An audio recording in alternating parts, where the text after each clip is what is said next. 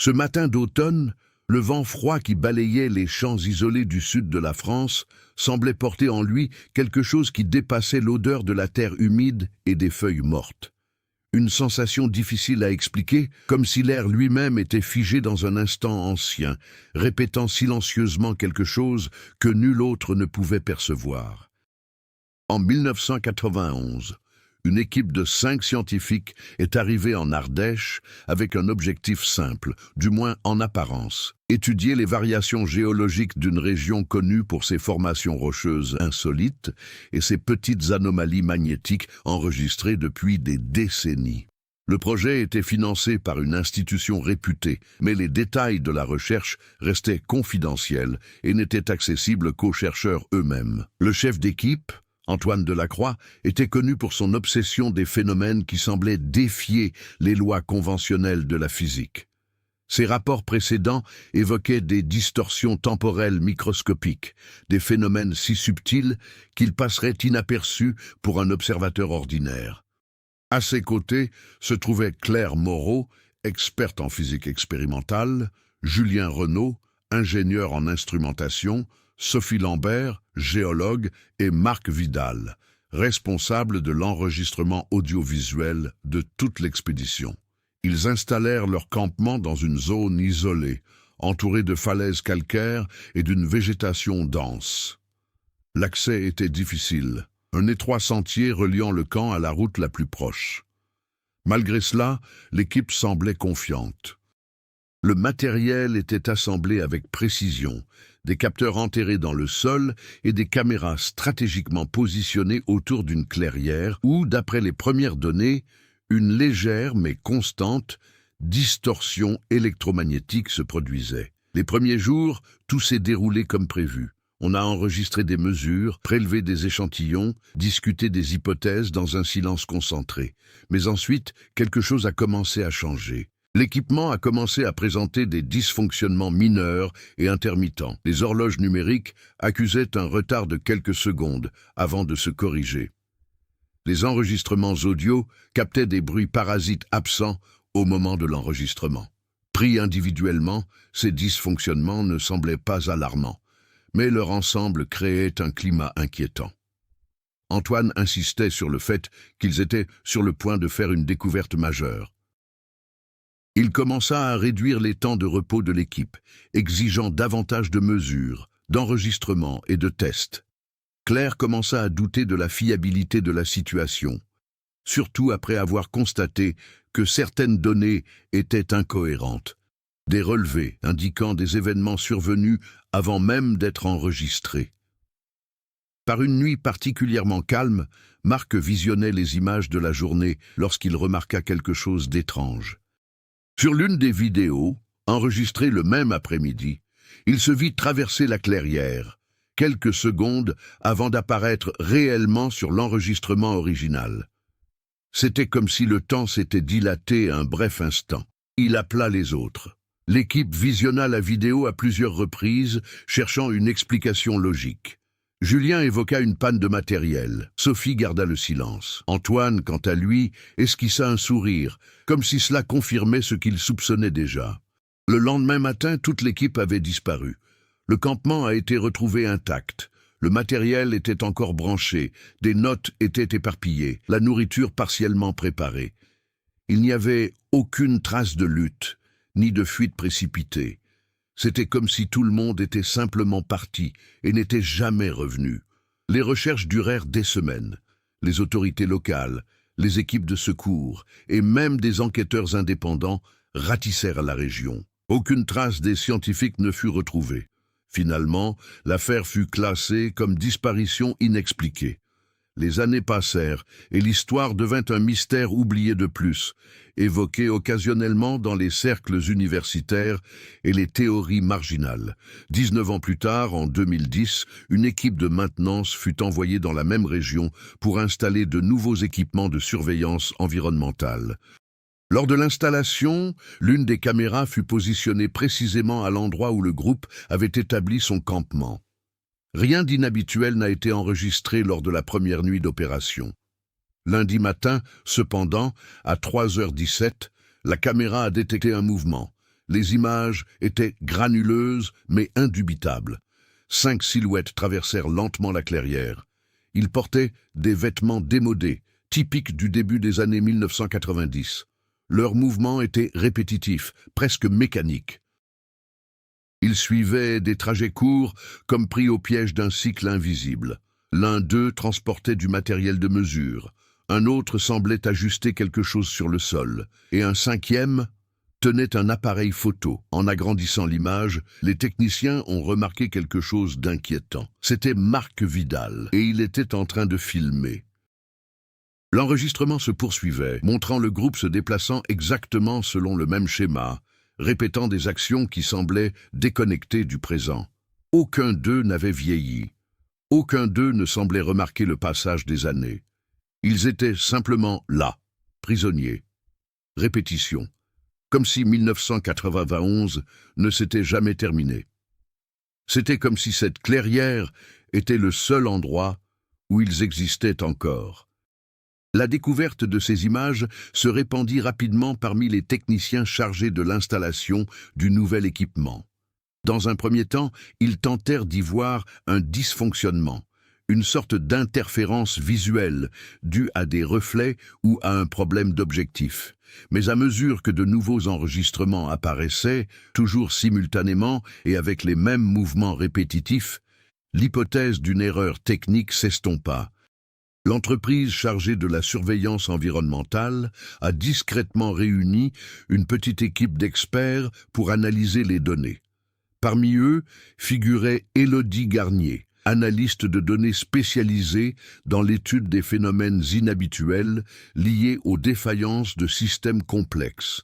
Elle était réputée pour sa capacité à déconstruire les explications les plus farfelues avec une rigueur logique, plutôt que pour croire aux explications extraordinaires. Lorsqu'Élodie a visionné les enregistrements pour la première fois, elle n'a pas été immédiatement impressionnée. Son attention s'est portée sur les schémas.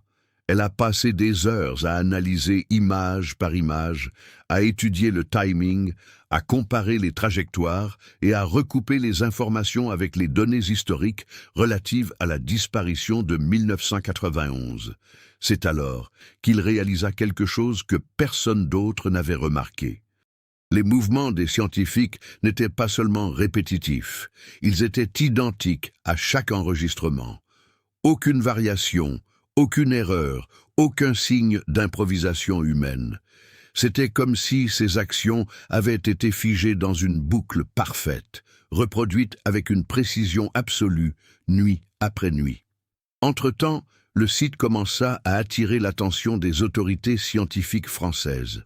L'affaire, jusque-là oubliée, refit surface dans les archives internes. D'anciens rapports furent rouverts, notamment les notes partiellement retrouvées d'Antoine Delacroix.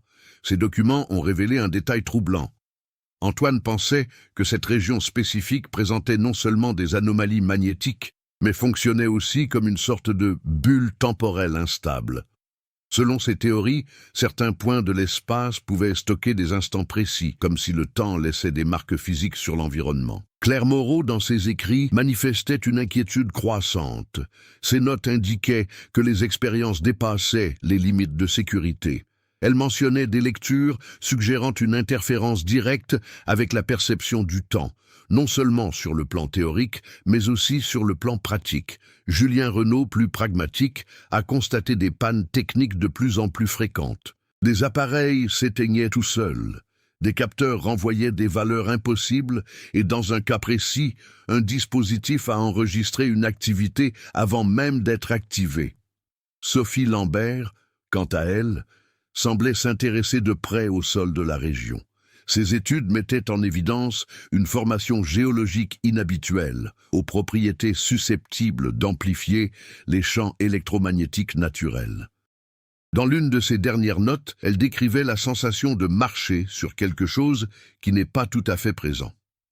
Marc Vidal, le réalisateur, a laissé peu de documents écrits, mais ses enregistrements complémentaires révèlent un malaise croissant. Dans plusieurs séquences, il filme son équipe à leur insu, comme s'il cherchait à saisir quelque chose d'invisible aux autres. Élodie s'est plongée dans ses documents, reliant chaque détail aux images actuelles. Plus elle analysait, plus il devenait évident que la disparition n'avait rien d'ordinaire. Quelque chose, en ce lieu, avait directement perturbé la réalité du groupe. Déterminée à aller au-delà de l'analyse à distance, Élodie a demandé l'autorisation de se rendre sur place. Cette autorisation lui a été accordée à condition que l'enquête reste confidentielle. Dès son arrivée dans la région, elle ressentit l'étrange sensation décrite dans les anciens récits. Ce n'était pas quelque chose de visible, mais une légère distorsion s'était installée dans sa perception de l'environnement. Un silence excessivement profond, une absence presque artificielle de mouvement naturel. La clairière était toujours là. L'endroit où le camp avait été installé était resté pratiquement intact, comme si le temps avait épargné ce lieu de manière sélective. Le vieux matériel avait disparu, mais des marques au sol indiquaient encore son emplacement. Élodie a installé de nouveaux capteurs dans la zone, synchronisés avec un système d'enregistrement de haute précision. Son objectif était simple, identifier toute anomalie mesurable durant la période où les figures apparaissaient sur les enregistrements. Cette nuit-là, elle est restée à l'intérieur du véhicule de surveillance, observant les données en temps réel. À 03h17, comme lors des enregistrements précédents, les capteurs ont enregistré un changement brutal. La température a légèrement baissé, le champ électromagnétique oscillait de manière irrégulière, et puis, sur l'écran, les chiffres sont apparus. Cette fois-ci, cependant, Élodie ne se contentait pas de regarder un enregistrement. Elle était là, à quelques mètres seulement. Par la fenêtre, elle pouvait voir du mouvement. Les mêmes 5 chiffres, les mêmes gestes, la même répétition. Mais il y avait quelque chose de différent, quelque chose qui n'apparaissait pas dans les enregistrements. L'un des scientifiques, Antoine, marqua une brève pause. Son coup a échoué, sa tête se tourna lentement, précisément dans la direction du véhicule où se trouvait Élodie. Pendant une seconde, la boucle qui semblait parfaite a dysfonctionné. Et à ce moment précis, un doute troublant a surgi. Ils étaient vraiment pris au piège d'un cycle. Ou commençaient-ils à se rendre compte qu'ils n'étaient pas seuls? L'instant où Antoine sembla réagir brisa un élément essentiel de la logique de l'enquête. Jusque-là, tout indiquait un phénomène statique, un fragment de temps se répétant inconsciemment comme un enregistrement bloqué en lecture infinie. Mais cette infime déviation, le mouvement de sa tête, la direction de son regard, suggérait tout autre chose. Élodie n'a pas bougé. À l'intérieur du véhicule, ses yeux restaient rivés sur l'écran, mais sa perception était partagée entre les données et ce qu'il voyait directement par la vitre. Son corps réagissait avec rigidité, comme si le moindre geste pouvait perturber ce fragile instant. Dehors, le groupe a continué sa route. Antoine reprit son schéma de déplacement. Claire examinait un appareil invisible aux yeux d'Élodie, répétant les mêmes gestes précis. Julien ajustait quelque chose au sol. Sophie faisait un petit arc de cercle, revenant toujours au même point. Marc filmait, toujours en train de filmer. Mais à présent, il y avait un détail qu'on ne pouvait plus ignorer. L'appareil photo que tenait Marc était pointé dans la mauvaise direction. Dans les enregistrements précédents, il semblait filmer l'équipe. À présent, son objectif était pointé directement sur l'endroit où Élodie était garée. Elle ressentit un frisson immédiat. Sans réfléchir, il ouvrit rapidement l'interface d'enregistrement du système et zooma sur l'image capturée par les caméras externes. En comparant l'angle de la vidéo de Marc avec sa position exacte, la conclusion devint inévitable. Si ce n'était pas juste une boucle, alors Marc pourrait enregistrer quelque chose en dehors de celle-ci, ou quelqu'un d'autre. Les capteurs se sont remis à osciller. Contrairement aux versions précédentes, les données ne suivaient plus aucune logique. Les relevés apparaissaient et disparaissaient en une fraction de seconde. Le système détectait des interférences simultanément sur tous les appareils. Élodie a essayé de noter les valeurs manuellement, mais les chiffres changeaient trop vite. Puis quelque chose d'encore plus étrange s'est produit. L'horloge principale du système s'est bloquée. 03:17. Les secondes ont cessé de s'écouler. Malgré tout, tout autour de nous continuait de fonctionner. Le vent souffle dehors. le léger mouvement des arbres, et le groupe est toujours en mouvement, emprisonné mais actif. C'était comme si deux strates temporelles coexistaient, chacune obéissant à des règles différentes. Élodie a pris une décision risquée. Il est sorti du véhicule. L'air était plus froid qu'auparavant, mais il ne s'agissait pas seulement de la température. Une densité inhabituelle régnait, comme si l'environnement était plus lourd, rendant même la respiration difficile. Elle fit quelques pas vers la clairière.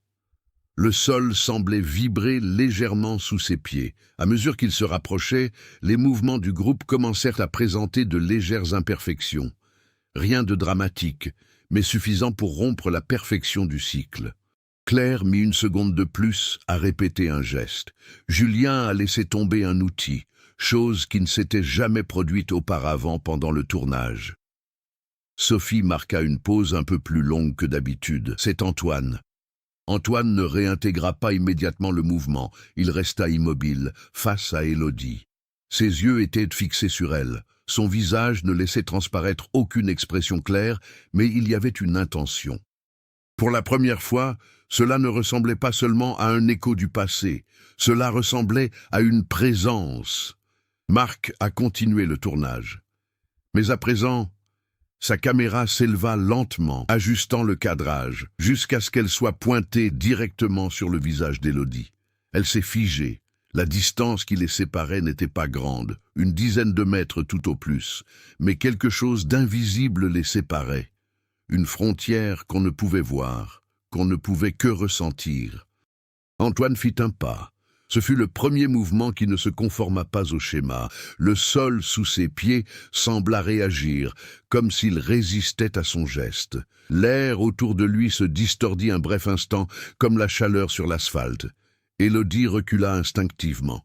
Les capteurs, toujours actifs dans le véhicule, ont déclenché des alertes continues. Le système tentait d'enregistrer une donnée qu'il ne parvenait pas à interpréter. Une autre étape. Ralentissez. Plus forcé. Claire s'arrêta complètement. Julien aussi. Sophie tourna la tête. C'était comme si le groupe tout entier était arraché au cycle. Mais que quelque chose le retenait. Antoine leva le bras. Non pas dans un geste agressif, mais comme quelqu'un qui essaie d'atteindre quelque chose de très éloigné, ou quelqu'un d'autre. Donc tout s'est passé en même temps.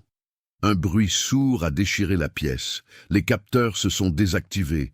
Les phares du véhicule se sont éteints. Et le groupe tout entier est revenu à la normale, immédiatement. Comme si rien ne s'était passé. Antoine a pu remarcher. Claire reprit ses gestes. Julien s'agenouilla de nouveau. Sophie reprit son voyage. Marc est retourné au tournage. L'équipe. L'horloge du système s'est remise à fonctionner. 03:18. Élodie resta immobile pendant plusieurs secondes, essayant de comprendre ce qui venait de se passer. Il ne s'agissait pas d'un simple phénomène passif. Il y a eu de la résistance. Il y a eu une tentative. Et peut-être y avait-il une prise de conscience. Mais la question la plus troublante ne les concernait pas. Il s'agissait de savoir ce qui retenait tout le monde là. Et pendant combien de temps cela pourrait-il empêcher quelque chose de, finalement, s'échapper? Le lendemain matin, Élodie ne quitta pas immédiatement les lieux. Elle passa des heures à analyser toutes les données recueillies pendant la nuit. Chaque relevé, chaque erreur, chaque micro-variation. Ce qui semblait auparavant un simple phénomène isolé commençait à révéler des aspects plus profonds et plus dangereux. Elle comprit que le moment des manifestations n'était pas fortuit. 3h17 ne représentait pas simplement un moment précis du petit matin. C'était en réalité l'heure exacte inscrite dans la dernière note connue d'Antoine Delacroix avant la disparition de l'équipe en 1991. Cela signifiait que l'événement ne se limitait pas à l'espace. Elle s'est ancrée en un instant précis. En examinant plus attentivement les anciens documents, Élodie découvrit une série de notes fragmentaires de Claire Moreau qui n'avaient pas été pleinement prises en compte lors de l'enquête initiale. Contrairement aux autres, Claire semblait avoir saisi la gravité de leurs actes. Elle a décrit un phénomène qu'elle a appelé « résonance temporelle cumulative ». D'après Claire, chaque mesure prise dans la clairière non seulement enregistrait le phénomène, mais le renforçait. C'était comme si l'acte d'observer amplifiait l'anomalie elle-même. Plus il recueillait de données, plus l'environnement devenait instable.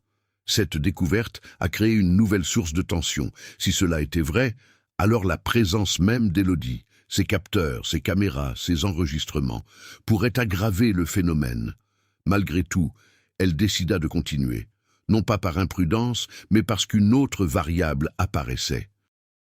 Lors de l'analyse des enregistrements récents, Élodie a relevé de petites différences entre les nuits, non pas dans les mouvements principaux, mais dans des détails presque imperceptibles, une légère variation dans la position d'un équipement, un délai minimal avant de répéter un geste, un décalage de quelques centimètres seulement dans la trajectoire de Sophie. Pris isolément, rien de tout cela ne semblait pertinent, mais ensemble, ils formaient un motif. La boucle n'était pas complètement statique. Il était en pleine évolution. Entre-temps, à Paris, un ancien collègue d'Antoine, Laurent Besset, fut discrètement informé de la réouverture de l'affaire. Il avait travaillé avec Antoine des années auparavant et connaissait bien ses théories controversées. Laurent n'avait plus été un scientifique actif depuis des années, mais en apprenant les détails, il décida de consulter ses propres archives. Parmi de vieux documents, il retrouva une correspondance échangée avec Antoine peu avant l'expédition de 1991. Dans l'un d'eux, Antoine mentionnait quelque chose qui n'avait jamais été inclus dans les rapports officiels, la possibilité de créer une fixation temporelle consciente. L'idée était simple et troublante. Si un point de l'espace pouvait stocker un instant, alors il serait peut-être possible d'y demeurer conscient, même si le temps extérieur continuait de s'écouler. Laurent comprit immédiatement ce que cela impliquait. L'équipe n'aurait pas été une simple victime du phénomène. Ils auraient pu essayer d'y entrer. De retour dans la clairière, Élodie était confrontée à un autre problème grandissant. L'équipement a commencé à dysfonctionner plus fréquemment durant la journée, ce qui ne s'était jamais produit auparavant. De légères distorsions, moins importantes, sont apparues en dehors des heures normales de travail. C'était comme si le phénomène prenait de l'ampleur. De plus, une nouvelle variable est apparue, couture. Lors de l'analyse d'un des enregistrements les plus récents, Élodie a décelé un élément presque imperceptible dans la piste audio. Un bruit irrégulier, différent des interférences déjà répertoriées. En isolant la fréquence, elle s'est rendue compte qu'il ne s'agissait pas d'un son aléatoire. C'était une suite, comme un motif qui tente de se former. Elle a augmenté le volume, filtré le bruit et reconstitué l'audio autant que possible. Le résultat fut fragmenté, mais indéniable, voix très bas, déformé, mais humain. Elle écouta plusieurs fois, essayant d'identifier les mots. Et puis, finalement, quelque chose a pris sens. Non, complet, l'enregistrement s'est arrêté là. Élodie ressentit un poids immédiat en réalisant la signification possible de cela. Si une personne à l'intérieur du système essayait de communiquer, le cycle n'était donc pas parfait. Et pire encore, peut-être n'était-il pas stable. Le soir même, elle décida de tester une hypothèse risquée. Au lieu de se contenter d'observer, elle a placé un petit appareil à l'intérieur de la clairière, exactement là où Antoine s'était arrêté la nuit précédente. L'équipement était simple. Un émetteur d'impulsions électromagnétiques de faible intensité, programmé pour s'activer précisément à 03h17. L'idée était de vérifier si des interférences extérieures pouvaient modifier le comportement de la boucle. Mais il y avait un risque. Si Claire avait raison, toute intervention pourrait amplifier encore davantage le phénomène. 03-16. Élodie a tout observé dans un silence absolu. 03-17. Les chiffres sont apparus, le cycle a commencé. Puis l'appareil s'est activé. Pendant une brève seconde, rien ne se passa. L'environnement a alors réagi. Les mouvements du groupe ont échoué brutalement. Claire a laissé tomber un appareil. Julien a tourné son corps pour s'écarter. Sophie s'arrêta complètement. Marc a baissé la caméra. C'est Antoine. Antoine regarda directement l'appareil. Puis, lentement, elle détourna le regard. Para Élodie. Cette fois, il n'y avait aucun doute. Il regardait. Mais ce qui s'est passé ensuite était encore plus inquiétant. Marc leva de nouveau la caméra. Et pour la première fois, le cadrage a complètement changé. Il ne filmait plus l'équipe, pas Élodie. La caméra était pointée vers quelque chose derrière elle. Élodie ne s'est pas retournée immédiatement, mais il le sentait. Quelque chose n'allait pas, tout à fait faux. Car si la boucle changeait, alors, qui avait-il à l'extérieur de lui? Peut-être que cela n'avait jamais été seulement elle. L'instinct d'Élodie lui disait de ne pas se retourner. Il y avait quelque chose de viscéral dans cette sensation, un avertissement silencieux qui défiait toute logique scientifique. Pourtant, tout autour d'elle indiquait la nécessité de comprendre ce qui se passait. Si Marc avait changé de perspective, si Antoine réagissait, alors il y avait quelque chose qui dépassait tout ce qu'elle avait envisagé jusque-là. Lentement, elle commença à tourner son corps, pas complètement. Juste assez pour que sa vision périphérique puisse percevoir le moindre mouvement. Rien. La clairière derrière elle restait vide. Le vent est resté faible, les arbres, immobiles. Mais lorsqu'il a regardé l'écran portable qu'il tenait entre ses mains, un frisson l'a parcouru. L'appareil photo de Marc était toujours pointé derrière elle.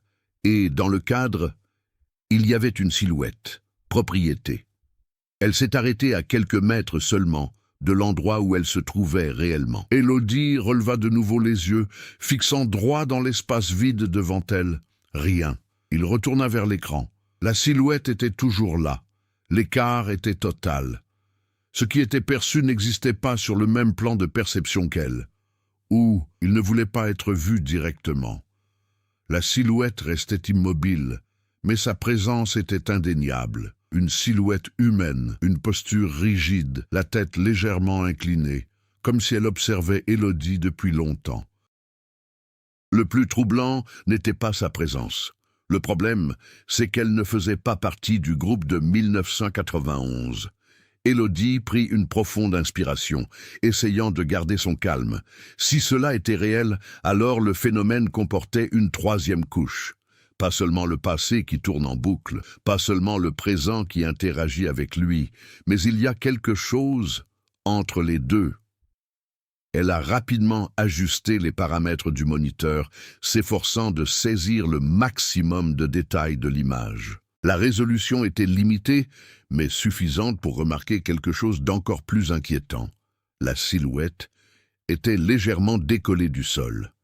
Ne flotte pas, mais comme si elle n'était pas parfaitement alignée avec l'espace physique. Un décalage subtil, presque imperceptible, le même type de distorsion qu'elle avait observé autour d'Antoine lorsqu'il avait tenté de s'échapper de la boucle. La connexion s'est établie instantanément. Il ne s'agissait pas d'un observateur extérieur.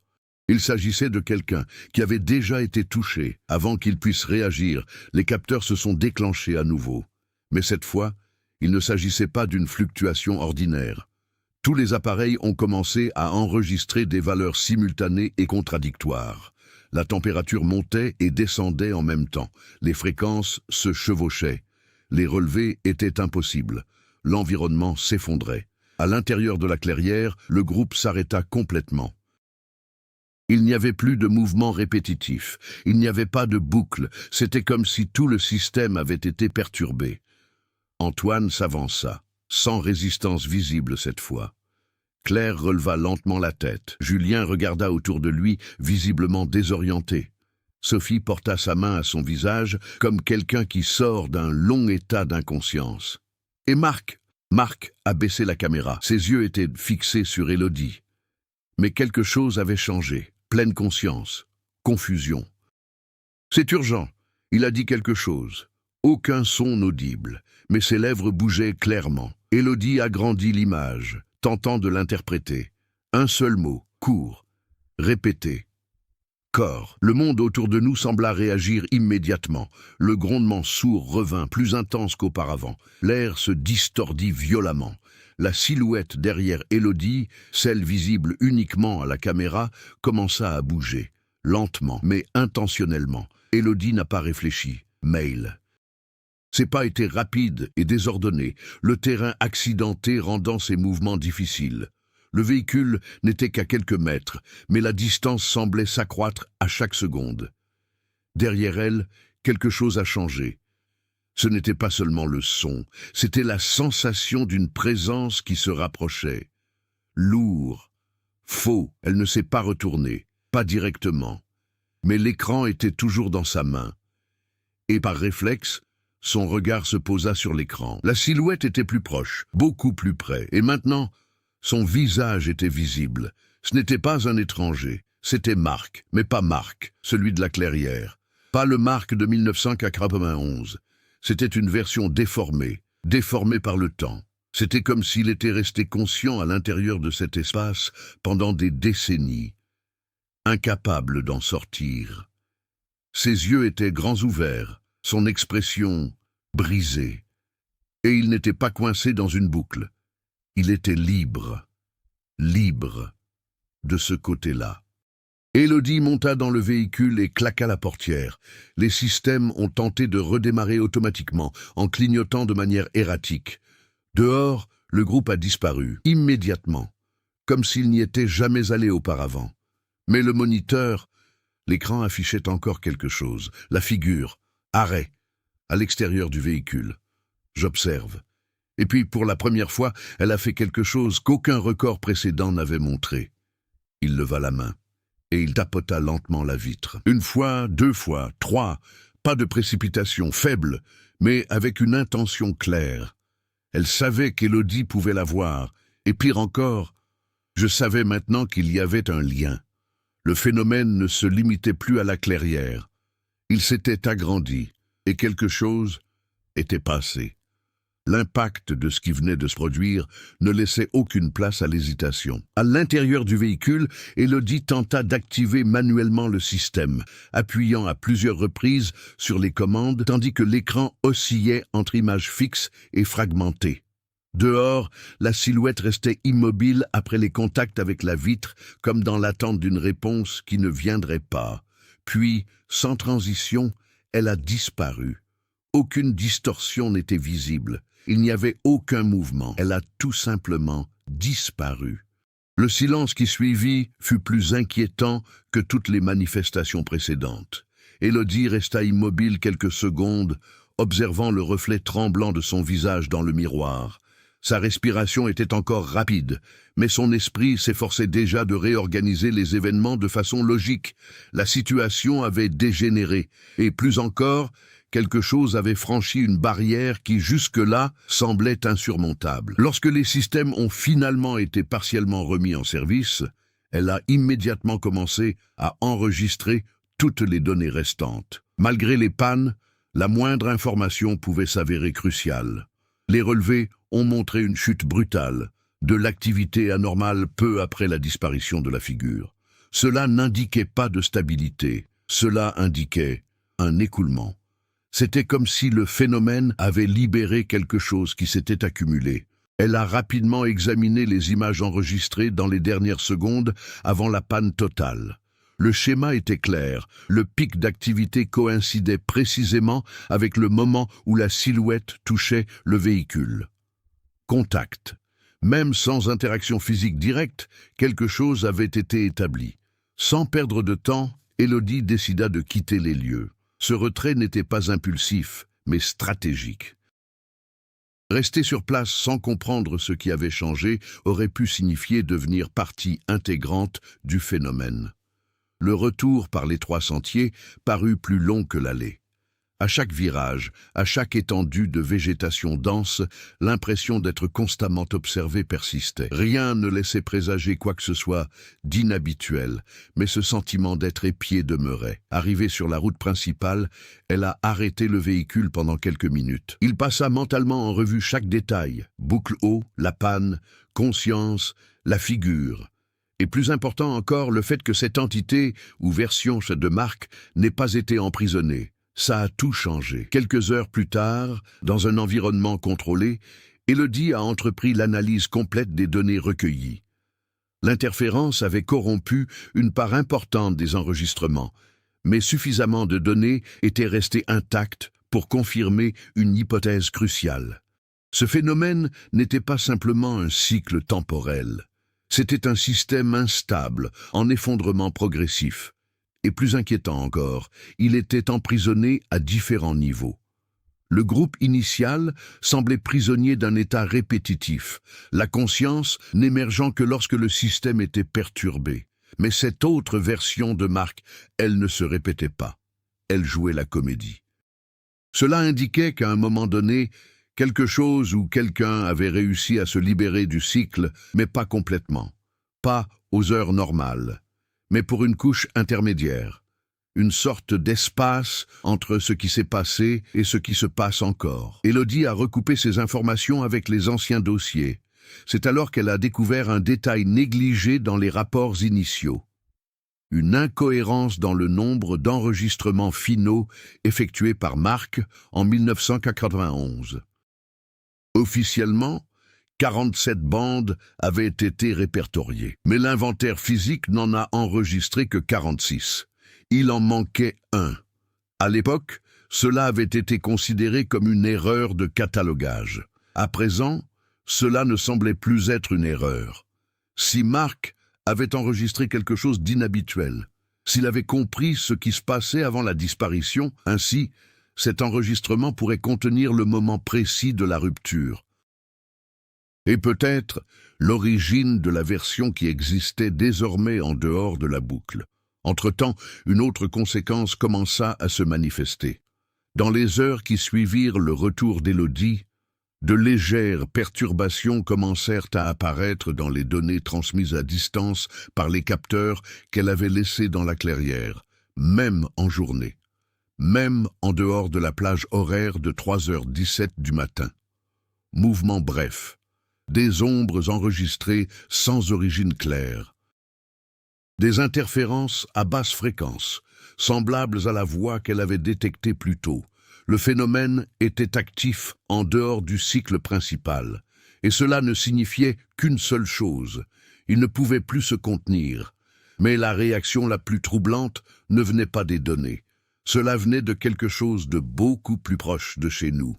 En visionnant les enregistrements au laboratoire, Élodie a remarqué un léger décalage dans la lecture d'une des vidéos. Certaines images semblaient dupliquées. C'est comme si le système répétait des micro-fragments de temps. Elle a mis l'image en pause. Il est revenu en arrière de quelques secondes. Et alors il vit, pour une seule image, reflet sur l'écran du moniteur. Il y a quelque chose derrière elle, propriété. J'observe. La même silhouette, la même présence, la même distorsion. Elle ne s'est pas retournée immédiatement. Mais cette fois, il n'y avait aucun doute. Elle ne se limitait plus à la clairière. Cela s'était produit ensuite, et désormais, il ne s'agissait plus seulement de comprendre le phénomène, il s'agissait de lui survivre. Élodie ne se retourna pas. Contrairement à la clairière, où l'impulsion de réagir avait failli la mettre directement en danger, elle comprenait désormais une règle essentielle. Elle semblait répondre à l'attention. Non seulement à la présence physique, mais aussi à la concentration, à la perception active. Elle gardait les yeux fixés sur l'écran. Le reflet était là, propriété, en attendant. Mais, contrairement à ce qu'elle avait fait auparavant, Élodie a pris une décision réfléchie. Elle l'a ignoré. Sans éteindre l'écran, sans modifier brusquement sa respiration, elle se mit à faire comme si elle n'avait rien vu. Ses doigts continuaient de parcourir les fichiers, d'ouvrir des enregistrements, d'analyser des données, conservant un comportement aussi naturel que possible. Et puis, lentement, le reflet disparut, pas comme avant. Cette fois-ci, il y a eu un léger retard, une gaffe, comme si elle avait anticipé une réaction qui n'est jamais venue. C'était le premier signe clair qu'il existait une forme de résistance. Elle ne pouvait pas le confronter directement, mais il ne pouvait pas se nourrir. Partant de cette hypothèse, Élodie a complètement réorganisé son approche. Jusqu'alors, ses recherches s'étaient fondées sur une observation intense, une collecte constante de données et des tentatives d'interaction indirecte. Désormais, elle devait faire l'inverse. Réduire les interférences, limiter l'exposition et surtout, contrôler le niveau de perception. Elle a commencé par éteindre tous les écrans secondaires, réduction du taux d'enregistrement automatique, alertes visuelles et sonores désactivées. Moins il y a de stimulation, moins il y a de chances de déclencher de nouvelles manifestations. Mais cela a créé un problème. Moins de données signifiait moins de contrôle, et moins de contrôle signifiait plus de risques. Néanmoins, c'était un risque nécessaire.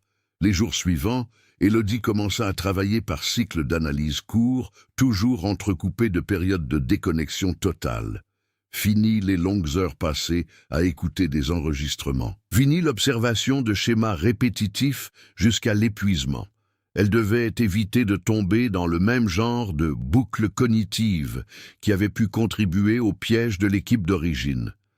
Parallèlement, elle a approfondi son enquête sur la cassette disparue de Marc. Il a consulté d'anciennes archives, examiné les registres de transport de matériel et analysé les incohérences logistiques de l'époque. La plupart des données étaient incomplètes, mais un détail a commencé à attirer son attention. L'une des boîtes de stockage utilisées pour transporter les bandes avait été signalée comme endommagée lors du transport, pour analyse des semaines après la disparition. Le contenu a été redistribué, mais il n'existait aucun registre détaillé de tous les objets récupérés. Cela a ouvert une possibilité concrète. La bande n'avait pas été perdue, juste détournée. À partir de là, Élodie a retracé le parcours des documents jusqu'à un ancien entrepôt désaffecté, où certains des dossiers physiques de l'enquête avaient été stockés avant leur numérisation. L'endroit était abandonné depuis des années. Sans surveillance. Aucun entretien requis, mais toujours accessible. Avant de s'y rendre, elle a pris des précautions. Aucun équipement actif, aucune caméra n'est allumée, aucun appareil capable d'enregistrer ou de reproduire des images en temps réel. Si sa théorie était correcte, le phénomène nécessitait d'être observé pour se manifester pleinement. Sans qu'on s'en aperçoive, il s'affaiblit. En arrivant à l'entrepôt, l'atmosphère était pesante, mais différente de celle de la clairière. Aucune perturbation visible, seulement le poids de l'abandon. Poussière accumulée, étagères métalliques rouillées, cartons empilés de façon anarchique.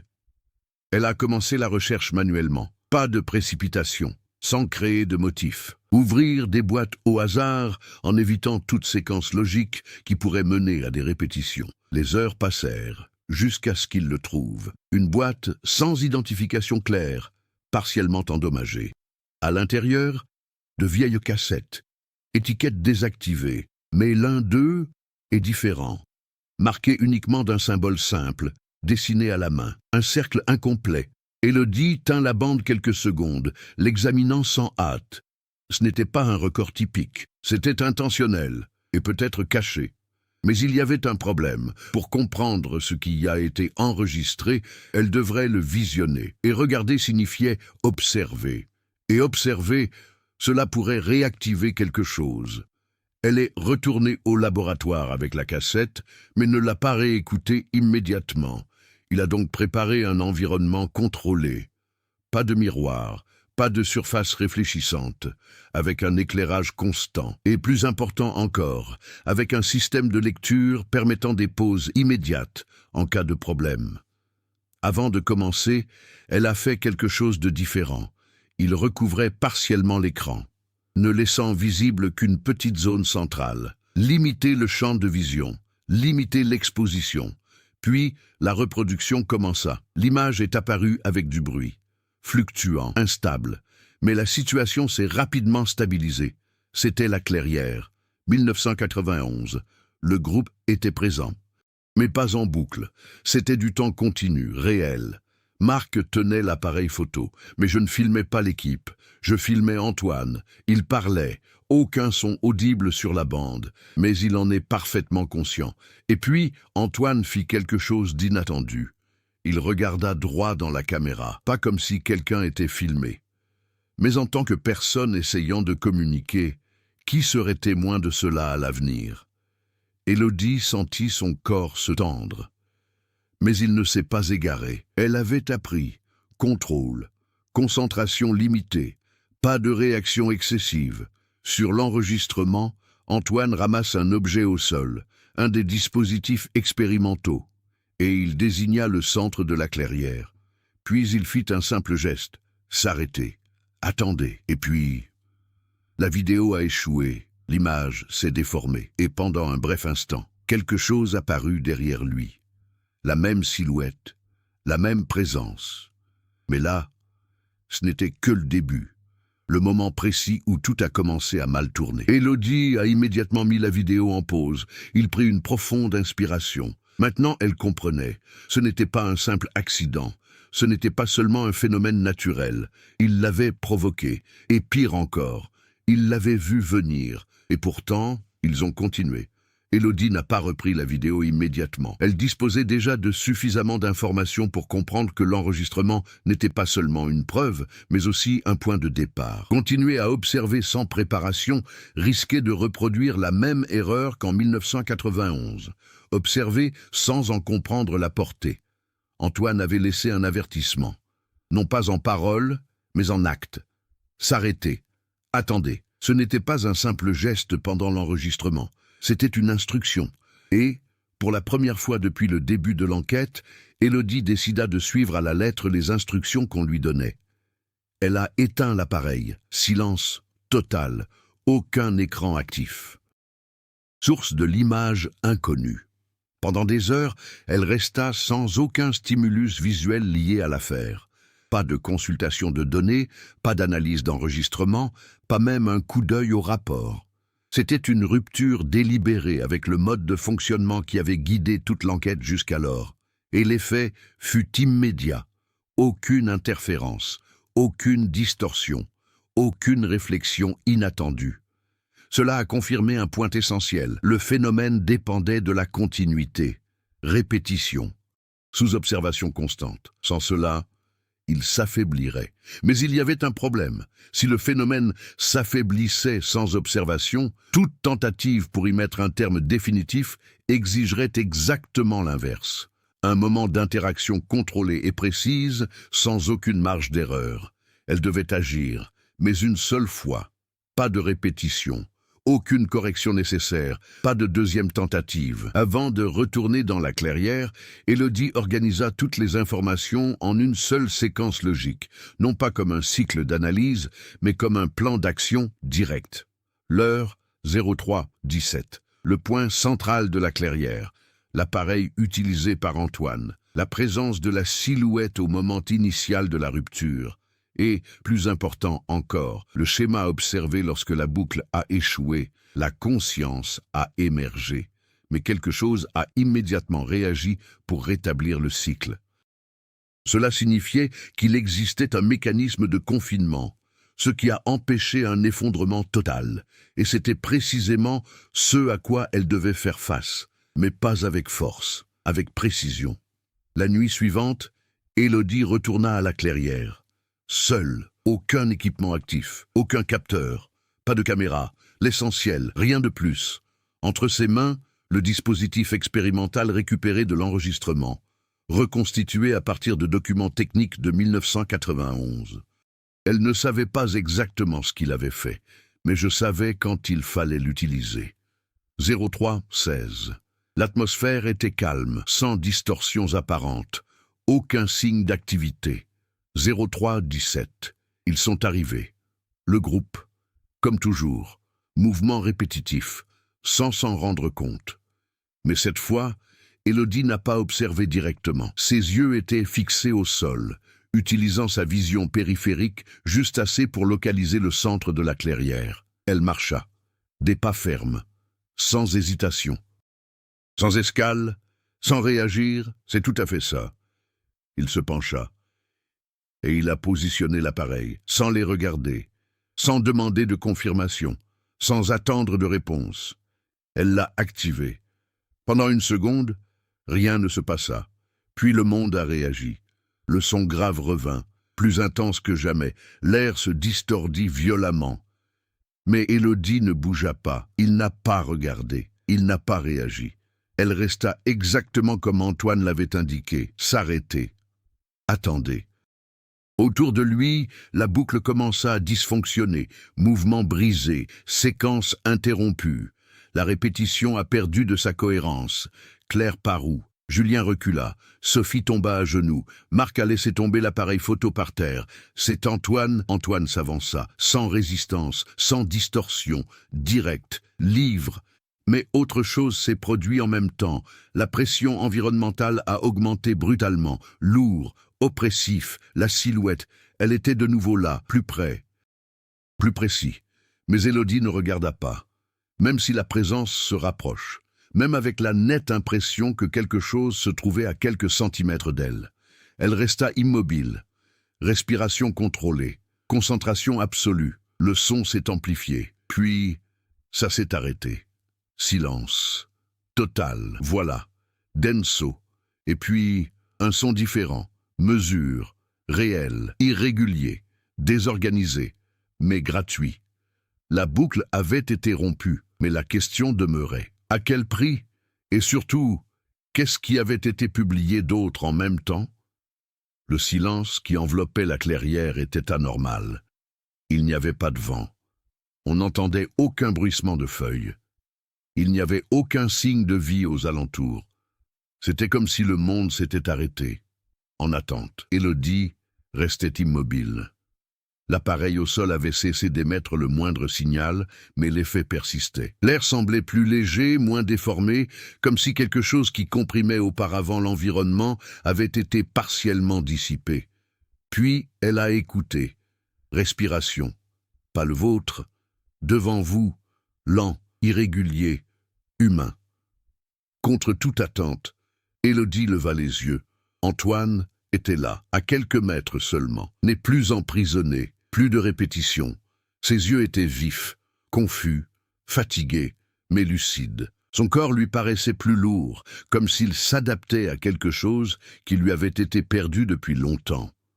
Derrière lui, les autres commencèrent à réagir. Claire s'appuya sur son propre corps, essayant de garder l'équilibre. Julien regarda autour de lui comme quelqu'un qui se réveille dans un endroit inconnu. Sophie respirait bruyamment, ses mains tremblaient. Et Marc n'en faisait pas partie. Élodie s'en est rendu compte immédiatement. Son absence était flagrante, incomplet. Quelque chose n'avait pas été restauré à l'identique.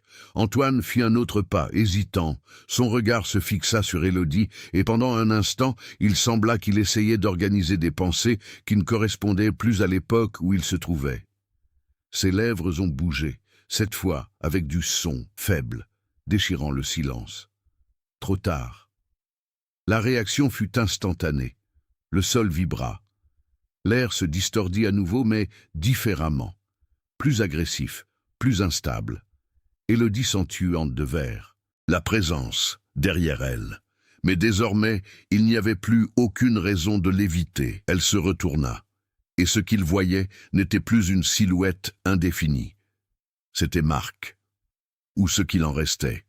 Son corps semblait fragmenté entre des strates de réalité. Certaines parties étaient nettes, d'autres déformées, comme si elles n'appartenaient pas entièrement au même espace. Ses yeux étaient fixes, grands ouverts, porteurs de quelque chose qui dépassait la simple conscience. C'était définitif, il n'avait pas été libéré, il en faisait désormais partie, un lien, une ancre, la raison pour laquelle ce phénomène persistait. Marc fit un pas, mais pas comme Antoine. Pas comme si quelqu'un reprenait le contrôle, mais c'est quelque chose qu'il n'a plus jamais perdu. L'environnement a réagi violemment. Les scientifiques libérés se retirèrent instinctivement, comme s'ils reconnaissaient le danger sans même le comprendre pleinement. Claire est tombée en essayant de s'éloigner. Julien a essayé de l'éloigner. Sophie hurla, mais le son semblait déformé, comme s'il ne parvenait pas correctement à se propager dans l'air. Antoine resta debout. J'observe. Comme s'il savait ce qui allait arriver. Marc leva la main. Le même geste. Voilà, direct. Mais maintenant, il n'y avait plus aucun doute. Il n'essayait pas de l'atteindre. Il essayait de tirer. L'espace autour de lui commença à se déformer, créant une sorte de résistance invisible. De petits fragments de poussière, des feuilles mortes et même de légères pierres se mirent à bouger vers lui. Élodie a ressenti la force. Pas physique, mais perspicace. C'était comme si sa propre conscience était ramenée à l'état même où il avait existé. Voilà le mécanisme. Il n'a pas emprisonné les corps. Elle emprisonnait sa présence. Antoine s'avança. Enfin, brisait le fossé entre Élodie et Marc. Son regard était désormais fixe, clair. Il ne semblait plus confus. La décision semblait prise. Sans se retourner, il parla, non pas à Élodie, mais à ce qui l'attendait. « C'est toi que nous avons gardé. » La révélation a été un véritable coup de massue. Le groupe n'avait pas seulement été victime, ils avaient fait leur choix. À un moment donné, face à la perspective d'un effondrement imminent, il a fallu que quelqu'un reste sur place pour maintenir le phénomène, pour l'empêcher de se propager. Marc. Marc n'a pas été arrêté par accident. Il est resté pour contenir la situation. Mais quelque chose avait changé au fil des ans. Le confinement s'est transformé en distorsion, et maintenant, il ne pouvait plus tenir. Il tirait. Marc fit un autre pas en avant. La distorsion a augmenté. Le monde qui nous entourait a commencé à se fragmenter. Pas visuellement, mais structurellement, comme si l'espace se détachait par couches successives. Élodie a pris une décision, sans hésitation, sans analyse. Elle avança, directement sur l'appareil posé au sol. Il s'est agenouillé, et il l'a réactivé. Mais cette fois, pas au centre. Elle a sorti l'appareil de quelques centimètres. Rupture de la position initiale. Rompre le schéma. L'effet fut immédiat. La distorsion a échoué. Marc s'arrêta. Son mouvement se figea un instant. Assez. Antoine s'avança. Marc a tenu bon, pas avec force, mais intentionnellement. Et lors de cette rencontre, l'espace s'est effondré, pas par une explosion, mais en silence. Total, profond. C'était comme si tout s'était éteint d'un coup. Et puis, obscurité. Quand Élodie rouvrit les yeux, la clairière était vide, sans distorsion, absence, aucun signe de ce qui s'était passé. L'appareil au sol, détruit. Les scientifiques ont de nouveau disparu. Mais cette fois, il n'y avait pas de boucle. Il n'y a pas eu de répétition. Simple absence. Et c'est une certitude inquiétante. Le phénomène avait pris fin. Mais qu'est-ce qui était nécessaire pour que cela se produise? Peut-être ne pourra-t-on jamais la comprendre pleinement. Les jours suivants furent marqués par un silence absolu, non seulement dans la clairière, mais dans tous les documents relatifs au phénomène. Élodie est retournée sur les lieux à 2 reprises après l'événement. Aucune activité, aucune variation, aucun signal. L'environnement avait retrouvé un état parfaitement stable, comme si aucune anomalie n'y avait jamais existé. Les capteurs qu'elle avait réinstallés fonctionnaient parfaitement, n'enregistrant que des données courantes, température, humidité et légères fluctuations naturelles. Rien de plus. Officiellement, l'affaire est close. Les rapports soumis par Élodie ont été réduits à une version technique simplifiée, sans aucune mention de manifestation consciente ni de la présence ayant franchi la limite de la clairière. L'explication avancée était celle d'interférences électromagnétiques inhabituelles combinées à des défaillances d'équipement au fil des ans. Accepté, archivé, oublié. Mais pas pour Élodie. Elle savait que ce n'était pas simplement un phénomène physique. Il y avait intention, il y avait un choix, et il y a eu des conséquences. La cassette de Marc est restée en sa possession, rangée et jamais visionnée. Le dispositif reconstitué avait été détruit lors de l'incident final, ne laissant que des fragments inutilisables. Sans eux, toute tentative de reproduire l'expérience originale devenait pratiquement impossible. Et cela, pour la première fois, semblait être une bonne chose. Il restait néanmoins quelques questions. Quelle était exactement la nature de cette présence? Elle avait toujours été là, attendant que quelqu'un interfère avec le temps. Ou bien est-ce le fruit d'une tentative des scientifiques eux-mêmes de manipuler quelque chose qu'ils ne comprenaient pas?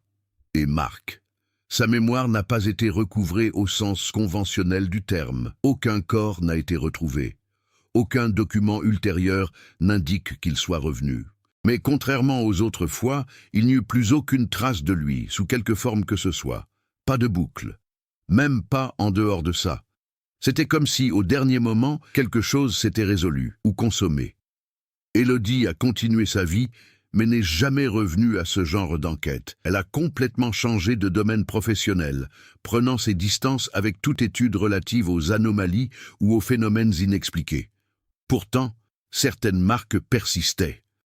Elle évitait autant que possible les surfaces réfléchissantes. Il éteignait les écrans lorsqu'ils n'étaient pas utilisés et, plus important encore, il ne laissait jamais un enregistrement en cours sans surveillance directe, non pas par peur irrationnelle, mais par amour du savoir, parce qu'elle avait vu ce qui se passe quand quelque chose observe en retour. Des années plus tard, en consultant de vieux dossiers pour des raisons administratives, Élodie a découvert un dernier détail qu'elle n'avait pas remarqué auparavant, une légère incohérence dans la durée de l'un des enregistrements effectués après l'événement final. La différence était minime, moins d'une seconde, mais suffisamment pour indiquer quelque chose d'impossible. Un cadre supplémentaire, sans contexte, aucune séquence. Elle l'a analysé attentivement. Image fixe, sombre, mais pas vide. Dans le coin de l'écran, presque imperceptible, il y avait quelque chose. Sens unique.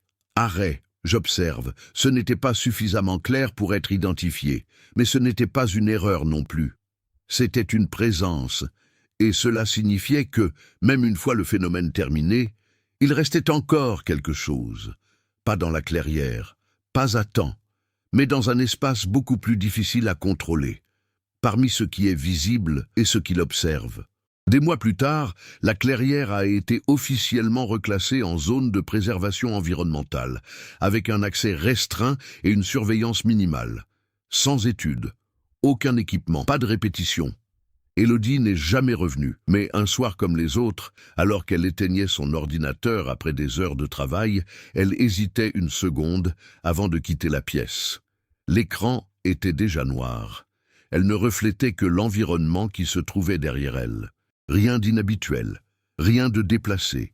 Pourtant, il y avait quelque chose, une sensation de légèreté, familier, comme si cette frontière invisible entre observer et être observé n'avait jamais complètement disparu. Elle a éteint la lumière, et il est parti, sans regarder à nouveau, parce que certaines choses, ils n'ont plus besoin d'être vus pour continuer d'exister. Et si vous étiez à sa place, auriez-vous le courage de continuer à regarder, même en sachant que quelque chose pourrait commencer à vous regarder en retour? Cette histoire soulève une question troublante. Jusqu'où peut aller la curiosité humaine avant de franchir des limites qu'il ne faut pas franchir? Si ce genre de mystère vous captive du début à la fin, laissez un commentaire avec votre théorie. Que pensez-vous qu'il soit réellement arrivé à Marc? Et n'oubliez pas de vous abonner à la chaîne pour découvrir d'autres histoires palpitantes, pleines de suspense et de rebondissements comme celle-ci. Le prochain pourrait être encore plus inquiétant.